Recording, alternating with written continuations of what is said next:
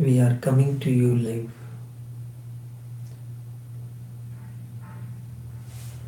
One second here.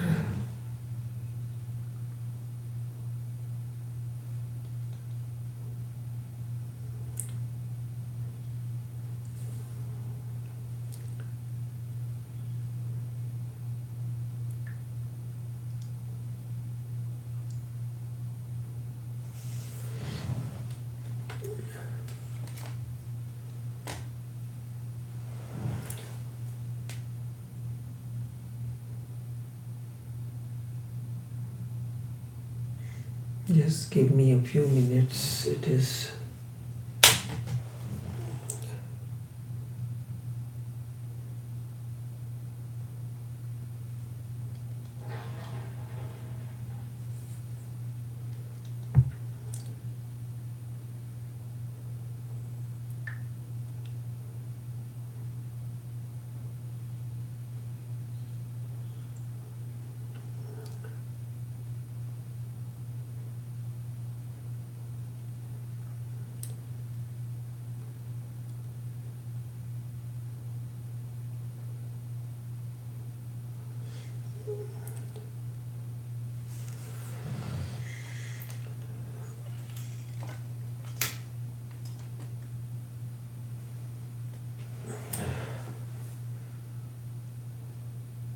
good morning, everyone. We are coming to you live via Facebook streaming, via YouTube streaming, and via Skype. Each one of you is welcomed. What is Zazen? I had explained to you earlier Zen. Zen is that branch or that which evolved out of Buddha and Mahakashyap. The anecdote goes like this. One day Buddha came to Avantapindika in Shravasti in the company of the monks that has gathered to listen to his sermon. Buddha had a flower in his hand. He stood up with the flower in his hand, moved in all directions. When this was unusual, Buddha never did something like this. He will come and sit down with his back straight and the sermon will begin. But this morning he remained standing with the flower in his hand. He did not utter a single word. And in a way he looked at each and every monk. When something like this happens, many thoughts arise in your mind, in the minds of the seeker. This is what had happened. But among the congregation, it is better to use the word congregation, which is the right word, than crowd. It was not a crowd. It was the congregation, gathering of the monks who had gathered around the master to listen to his sermon. Mahakashyap looked at him and Buddha looked at him. There was emptiness within. The moment master finds, even if it is a single moment, that there is emptiness within, no thought arising from the inner sky, he hands over the mantle onto you. What he has that can only grow, what he wants to commune to you, grows only in silence, in emptiness. So first, the master takes you to that state through an event, through anything. He can take you to that state of emptiness within. And in that emptiness, when mind is devoid of any kind of thoughts, emotional or otherwise, there is no stampede. The heart is ready to receive. And he transfers the life force or the energy in the form of tawajjuh. It may be short, it may be long. After that, it may happen that you enter into a state of samadhi. You may get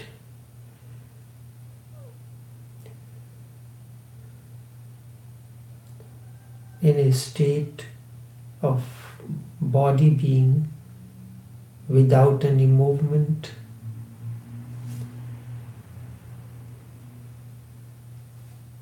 It becomes still. There is no movement. That state is called behosh.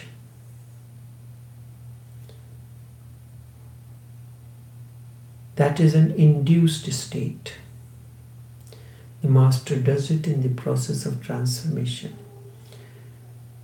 So something like that happened between Buddha and Mahakashyap. And when Mahakashyap came out of that state, he handed over the flower to Mahakashyap and he said, I have spoken all that could be spoken, but truth cannot be spoken by any means. And thus I have transferred all that I am to Mahakashyap. And out of this communion, Zen was born, which underwent various stages of transformation itself. It came to be known as Chan in China. In Japan, it came to be known as Zen.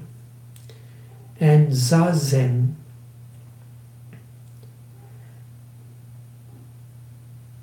is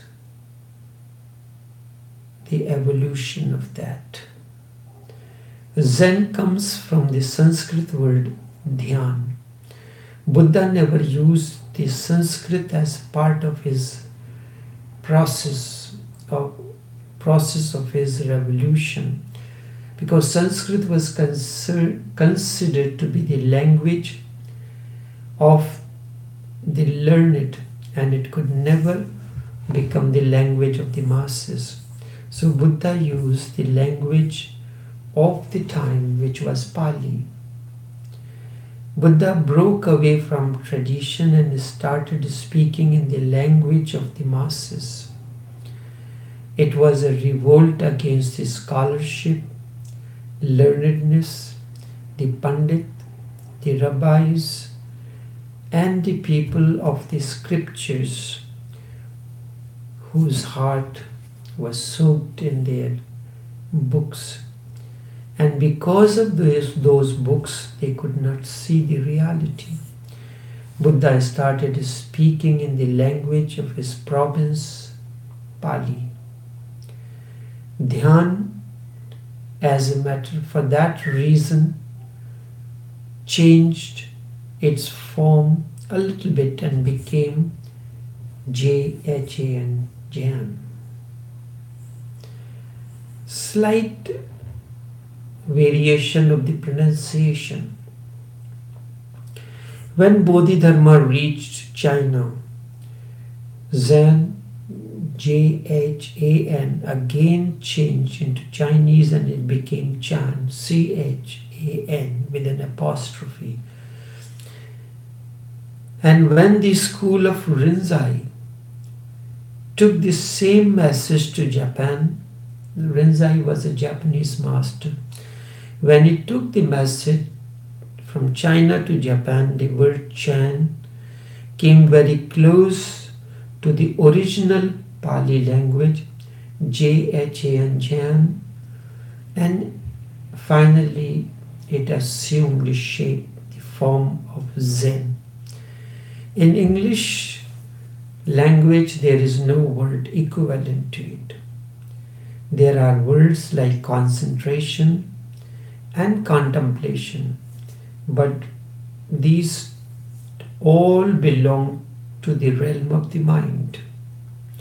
Whether you are using the word concentration, it is of the mind. Contemplation too is of the mind. Dhyan means going beyond the mind.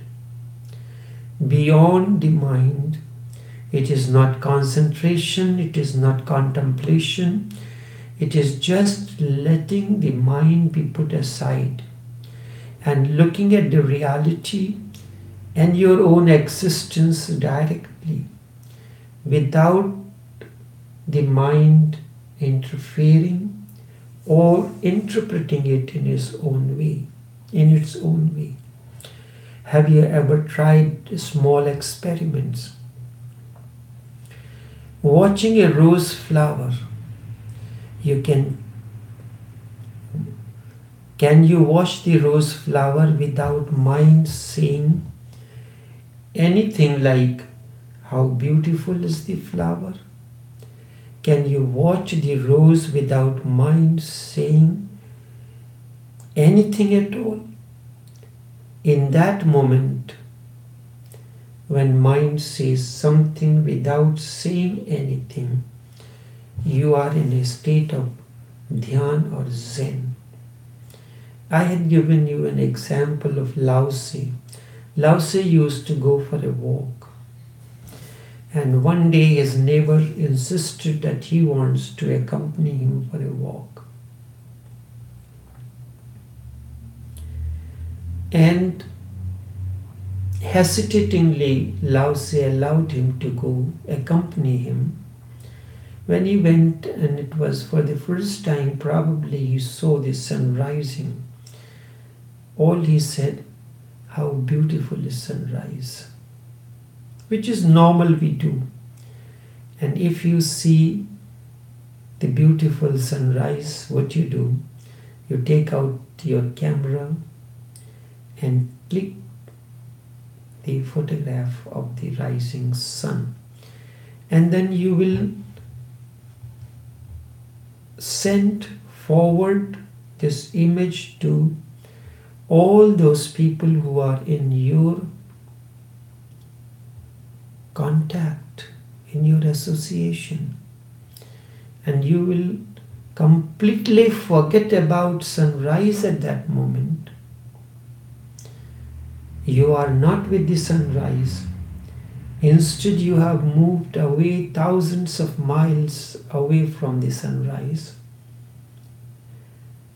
With that sun rising out on the horizon in the sky, it can trigger something to rise deep within you.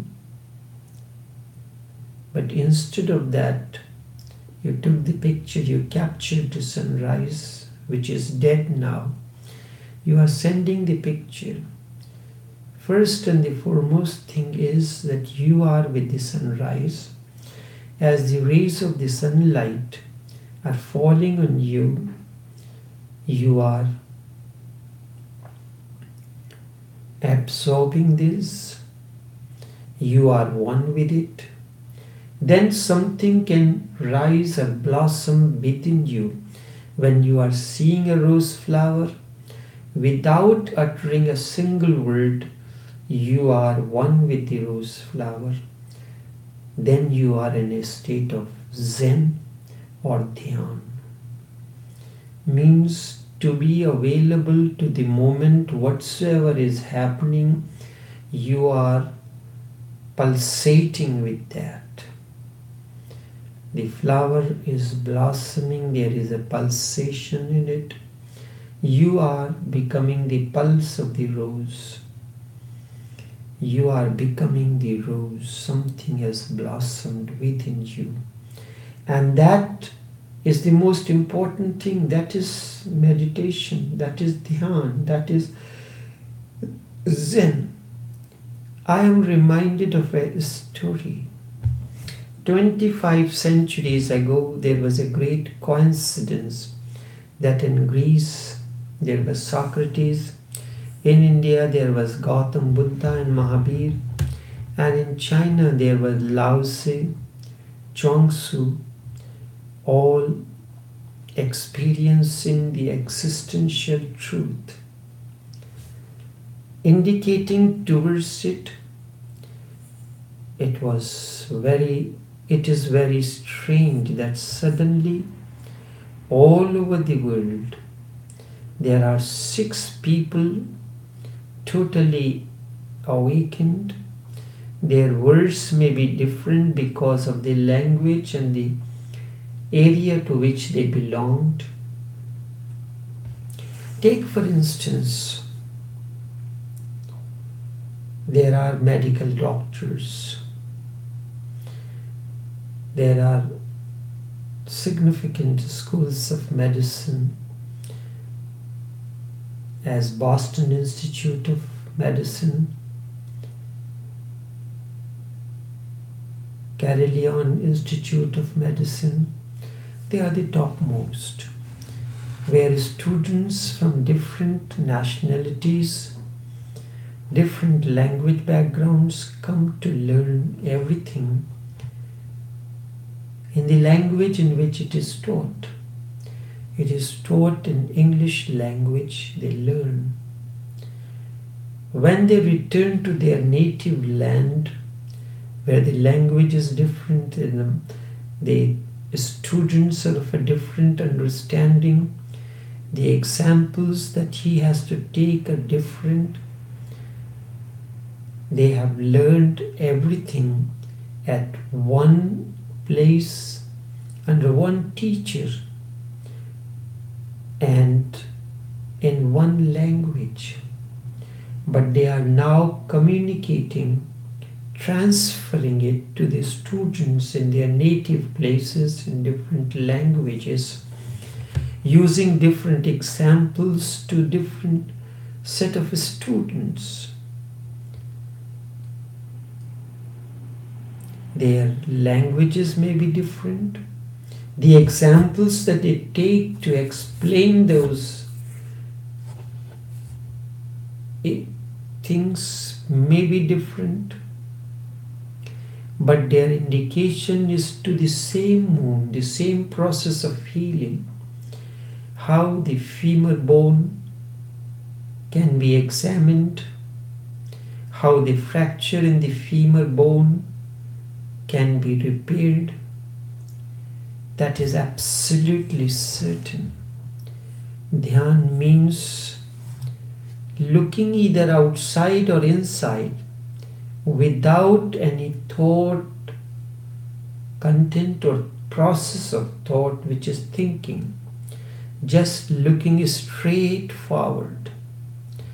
Your eyes become only the mirror to reflect all that is.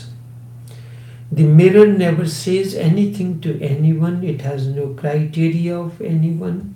It does not have any prejudice that it transforms or puts on the makeup or makes the person look differently. Yes, of course, there are certain special mirrors when you stand up in front of them, like if your car glass, the window is tinted, the glass is covered, it's not mirror. But because of the tint, it acts like a mirror, and when you stand up in front, its shape is convex. And when you stand up, you will look different. That's a different matter altogether. Otherwise, the mirror makes no difference. So your eyes become mirror. Mirror never says anything to anybody or does not change anything in front of the mirror. The mirror neither does it condemn the ugly, nor does it appreciate as beautiful. It simply is non-judgmental. The mind of an awakened one is non-judgmental. Dhyan is exactly a non-judgmental state of mirror-like consciousness. When the consciousness is mirror-like, it is the state of the mind when it is in dhyan. Then seeing becomes total, and in that seeing, truth is revealed. The good and the beauty is all revealed. Because of this phenomenon, in the East there is no equivalent word for philosophy. Philosophy in the East, the word that has become equivalent to philosophy is known as darshan. Darshan means you get a glimpse. You go to the temple and get the darshan of the murti, the idol that is there. But darshan refers to a totally different dimension than philosophy. Philosophy means love of wisdom. It is love of knowledge, and darshan means just the opposite. Not the love of wisdom, not the love of knowledge, but of seeing. Darshan means seeing. Zen is the method, the path, and darshan, or seeing the truth with your own eyes, is the goal of the entire Eastern effort. Is the goal of the entire Eastern effort. What is Zazen? Zen is just once or twice a day, in the early morning when the sun is rising, the birds are chirping, you sit silently by the side of the ocean or the river or the lake or wherever it is convenient for you. It is not something that you have to do continuously. It is just like any other activity. You take your bath. That does not mean that for 24 hours you have to continue to take a shower.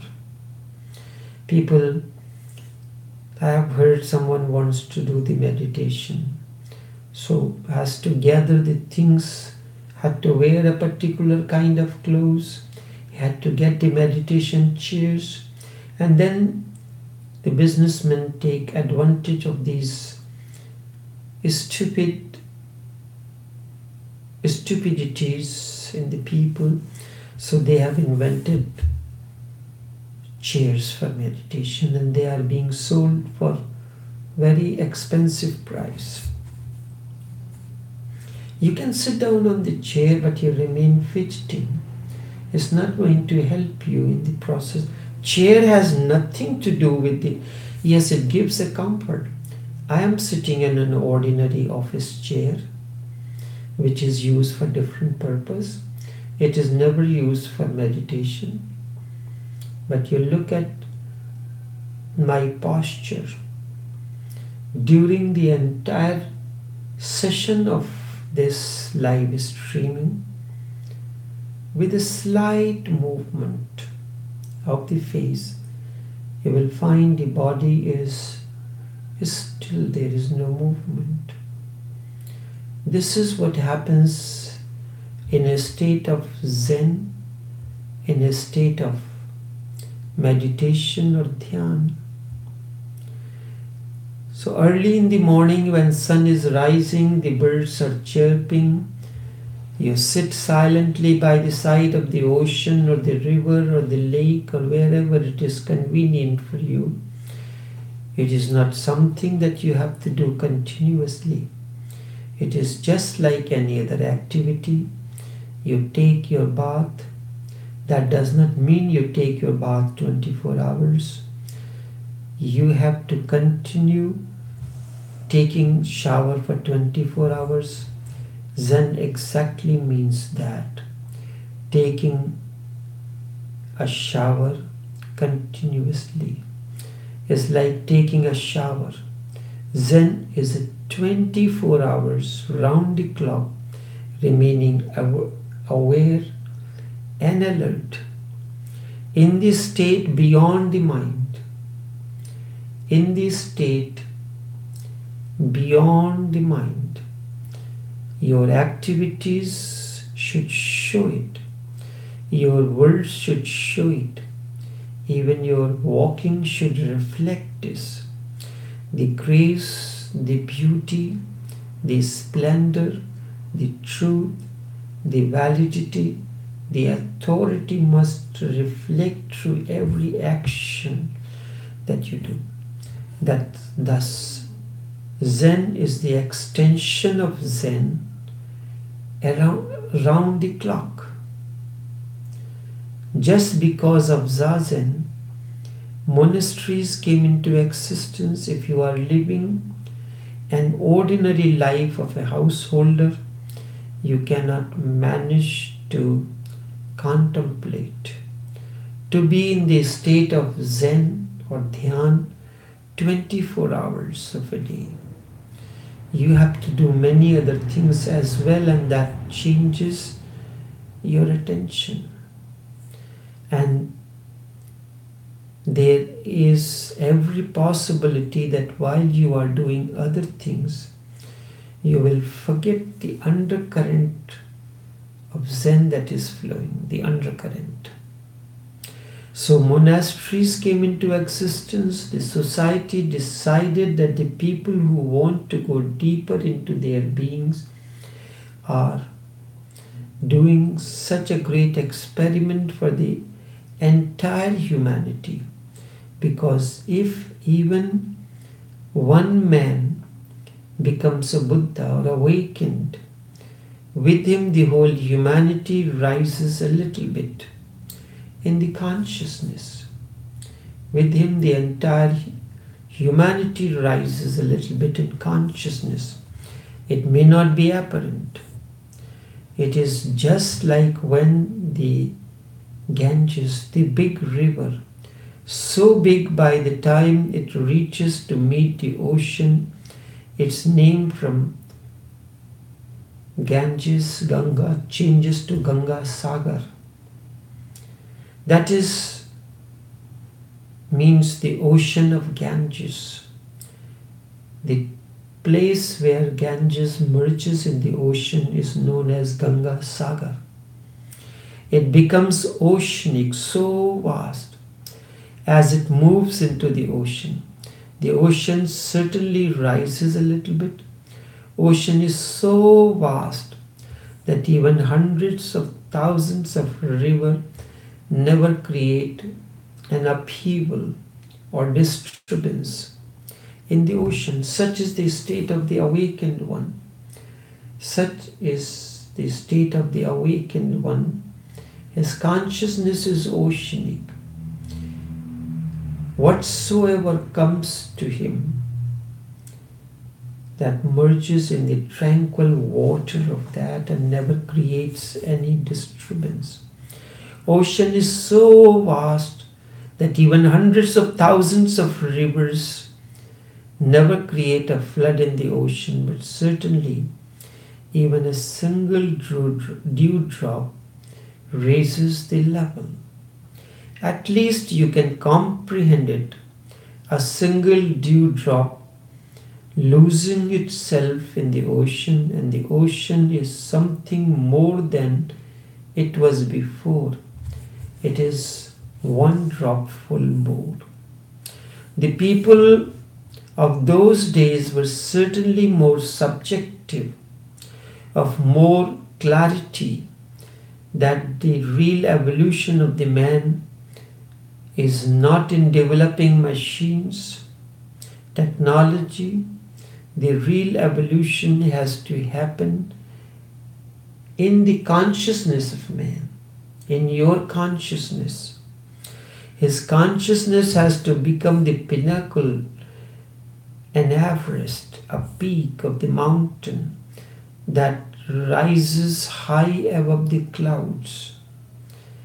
If even a single man succeeds in that process, it is not only his success, instead it is the success of all men, all the entire humanity, past, present and future, because it gives a clear-cut indication that we are not trying.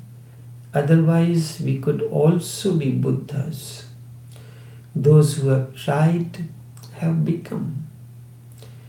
It is because Buddhahood, awakening is your intrinsic quality. I mean intrinsic quality.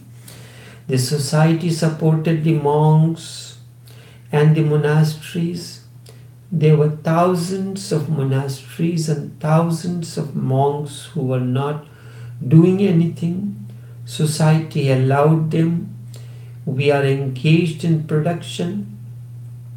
We will provide you with food and clothes and shelter and all that is necessary for life.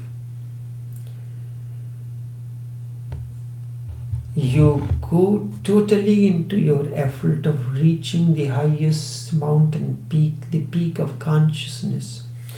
Your success is not going to be only your success. Instead, it will be the success for the entire humanity. If thousands of people become Buddhas, the whole humanity, without any effort, will find a certain level of elevation in its consciousness. This is a great insight. And society took over the burden of thousands of monks, of thousands of monasteries. All their needs were fulfilled by the society. Today, that society has disappeared because today even the concept that you are a hidden Buddha has disappeared. A strange idea has caught humanity that every man is an island.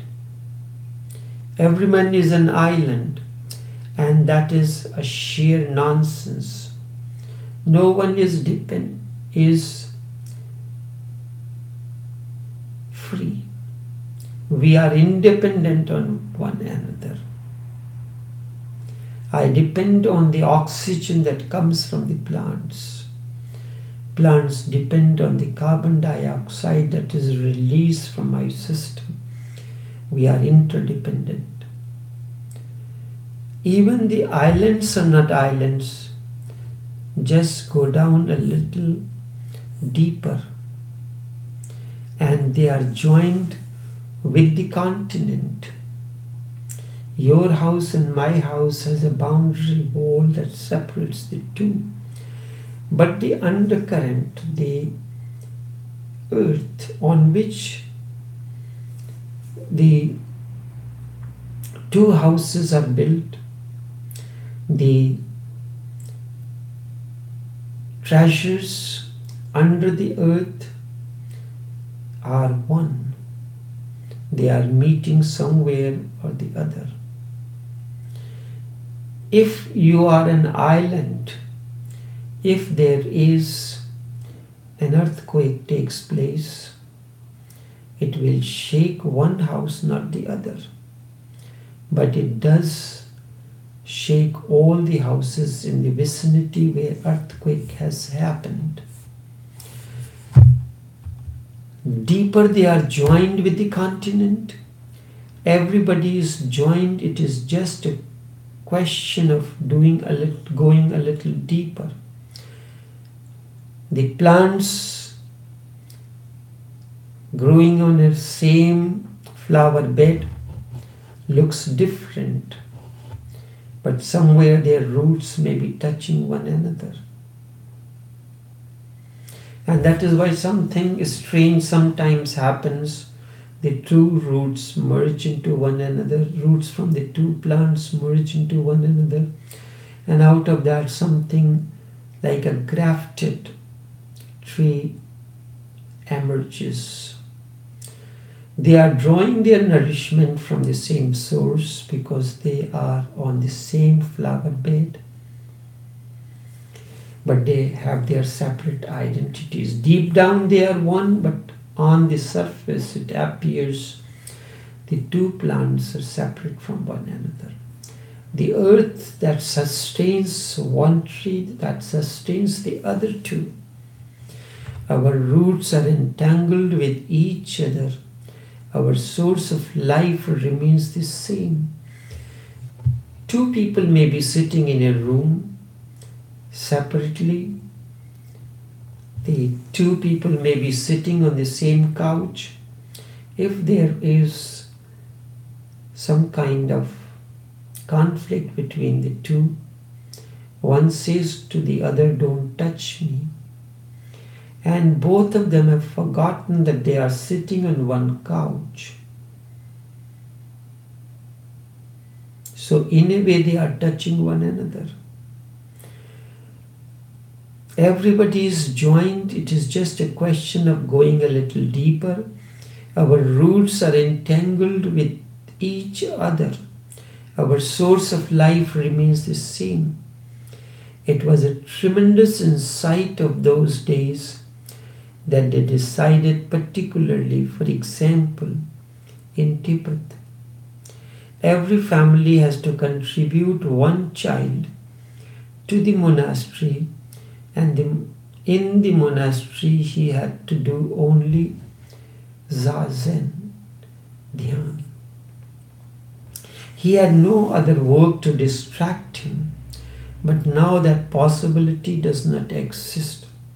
This is the reason that I have managed different devices so that even remaining in the world without going to a monastery, you can manage an undercurrent of the fire that slowly and slowly becoming like your own breathing. All the participants who are listening to this live streaming, they are separated from one another. There is only one thing, the live streaming connects them together in one bond. They may not know one another. It may have happened two friends may be listening to this broadcast from their own homes in different cities, in different countries, may not be even aware that both of them are listening to this live streaming, but it is happening. So I have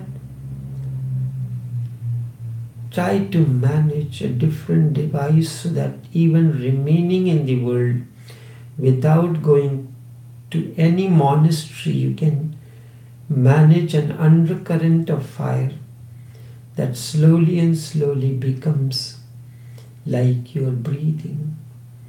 You are all those who are watching this live streaming, their eyes are glued to one screen that you have in front of you. The other has the same screen, and ears are attuned to the sound vibration that is happening. Now it will depend on your inner capabilities. How much does it affect you? How much, with what intensity does it vibrate into your ears? You have heard the name of Chaitanya Mahaprabhu, the founder of Hare Krishna movement. He was going through the busy marketplace in Calcutta. He heard half a line of Bhagavad Gita, one sutra, and that transformed his life. Nothing else. So, if a single word has entered your eardrums and has reached to the inner core, it will transform you. What happens? A single cell a speck of sperm, how minute it is, it travels. Many others may travel, but it is only one that interacts with the egg, the female egg. Only single. And where does it lead to? The entire growth of a fetus to the child, and a new life comes into existence. This connection may be very feeble, may be short-lived, but whatsoever you hear during this session, even if it's a single speck of that reaches your eardrums, grows within you, that can set the process of transformation in you. The entire process of evolution can begin. The very purpose of that is to create a milieu, an aura that you can float into it. This is the subtle presence of a monastery. It is happening for a certain period of time. If you are available to this moment, something can evolve within you. Your level of consciousness may change. And once that happens, the entirely a new process begins in you. And that is the very purpose of such communions between an awakened one and those who are on the borderlines, not the crowd. So that is why it is a communion, a congregation of the monks where Buddha, the awakened one, is communing with each and every seeker. And even those who are not available at the moment, who may listen to it at their own convenience when they want. All that is available to you. I have made my presence available to you. It is up to you how much you absorb it, how much you drink it. A poet has said, this is one of the compositions. बहुत कड़वी है मैं इस साकी की, रंग लाएगी घर सांसों में उतर आने दो. Indeed, very bitter is the mystical wine of this brewer. Certainly it will do magic. Allow a few drops of it. Allow to go deep within you. रंग लाएगी घर सांसों में उतर आने दो.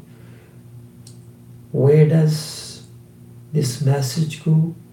It reaches you through your breath, through incoming and outgoing breath. The message reaches it. The breath becomes the carrier to carry the message deep within you. The process, a new